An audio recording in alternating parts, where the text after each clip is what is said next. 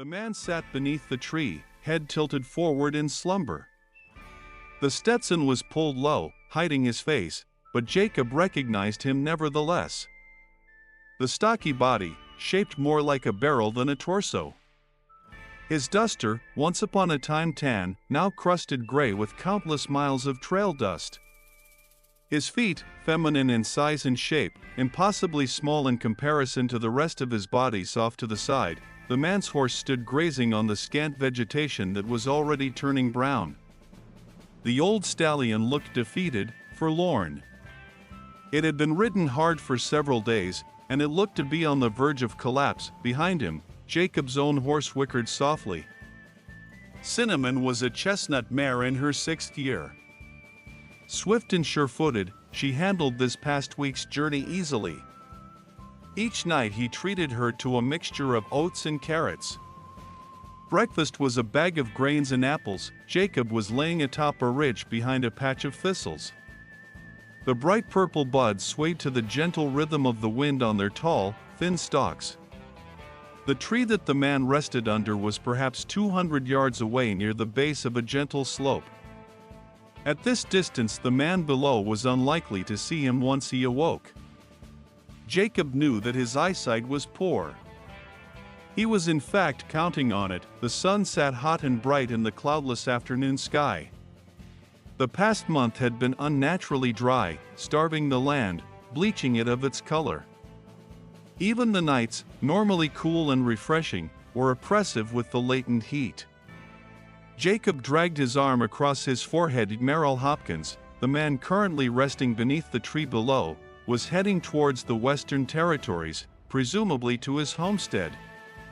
Freshly released from jail 10 days earlier, he wasted no time leaving town on a stolen horse. Jacob was on his trail soon after. Jacob was barely 12 when they first crossed paths. His bright blonde hair was as wild as a prairie mustang, no matter how hard his mama tried to tame it. He was still growing into his clothes, as well as his role as man of the house. His pa had been killed a few months prior by cattle rustlers, leaving just him, his mama, and his little sister Geraldine to manage the ranch. It was more than they could handle on their own. So they hired on some hands to help. Meryl Hopkins was one of them. It wasn't long after that Jacob came home from school and he found the house ransacked. Chairs knocked over, porcelain plates and knickknacks shattered, bedding ripped to shreds. Meryl had robbed them blind, leaving Mama and Geraldine bound and badly beaten in the master bedroom. The manhunt for him lasted 2 months before the authorities gave up. Wanted posters were sent throughout the territories, but they did no good. In the end, what got him caught and arrested was a bar fight, nearly 10 years later. By then, his wanted poster had been taken down and replaced by others.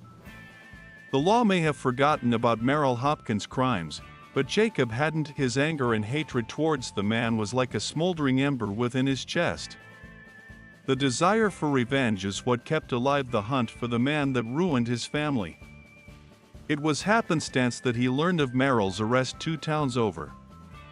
It was Providence that allowed Jacob to pick up his trail after his release. Jacob slowly rose from the cover of the swaying thistles. He had considered making his move after night fell, but it didn't feel right. It felt cowardly. More importantly, he wanted to see the realization in Meryl's eyes as he stared down the barrel of Jacob's 6-shooter. And the fear. Jacob made his way down the hill, his shadow stretching out behind him. The air was thick with humidity. His skin was sticky with sweat, his body cold with determination. He descended the hill quickly yet silently, as sure-footed as Cinnamon. His hand rested lightly on the handle of his revolver. The horse Meryl had stolen pricked its ears at the sound of his approach. It snorted twice, shaking its head. Meryl remained motionless. Jacob ran his hand across its flank, scratched behind its ear. It whickered again. He stepped forward, pulling the gun from its holster. He advanced slowly, deliberately. The man's rifle rested in his lap, his hands laying limply across the stock and barrel. The Stetson was pulled low, leaving only his scraggly gray beard visible. In one quick motion, Jacob bent down and pulled the rifle free, tossing it to the ground behind him. Meryl didn't move, disgust welled in Jacob, its vile taste filling his throat. It took all his restraint not to pull the trigger.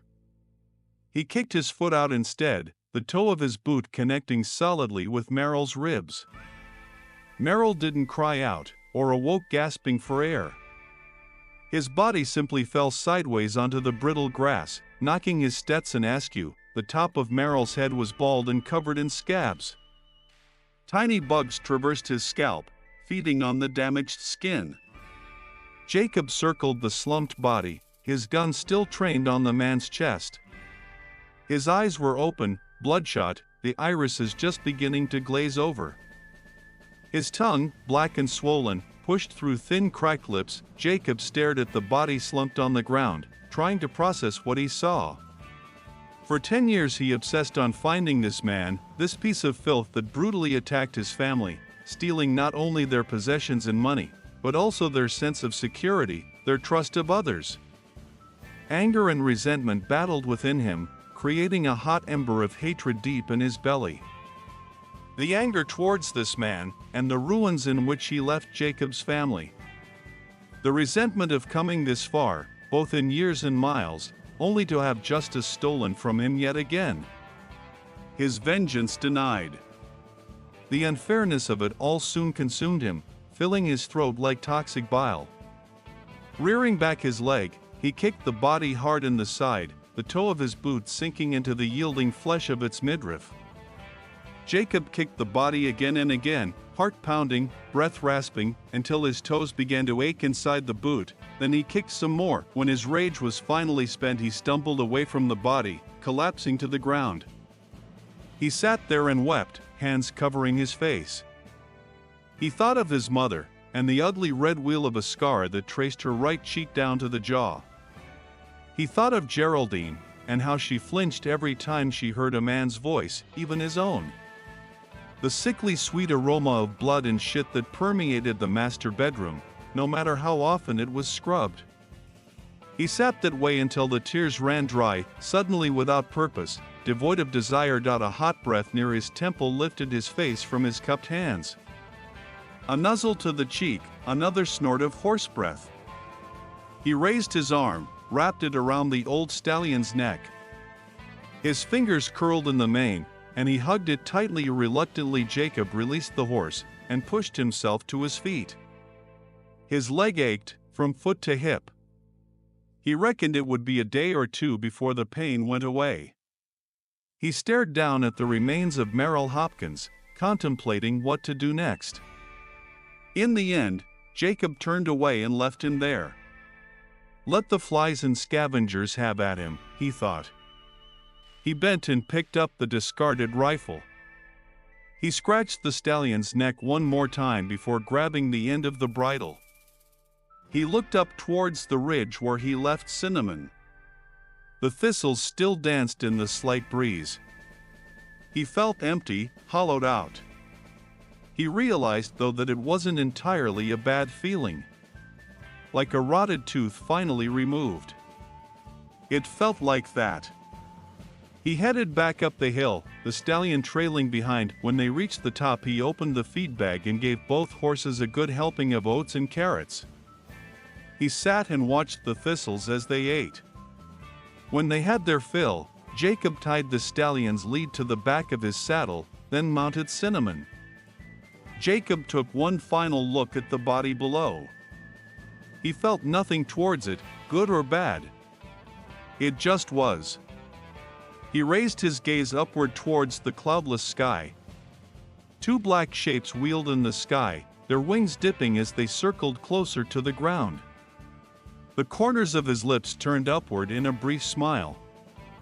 Meryl may have escaped the law and Jacob's vengeance, but not nature's justice. Tapping her sides with his heels, Jacob turned Cinnamon back towards home. He had a family that needed tending to.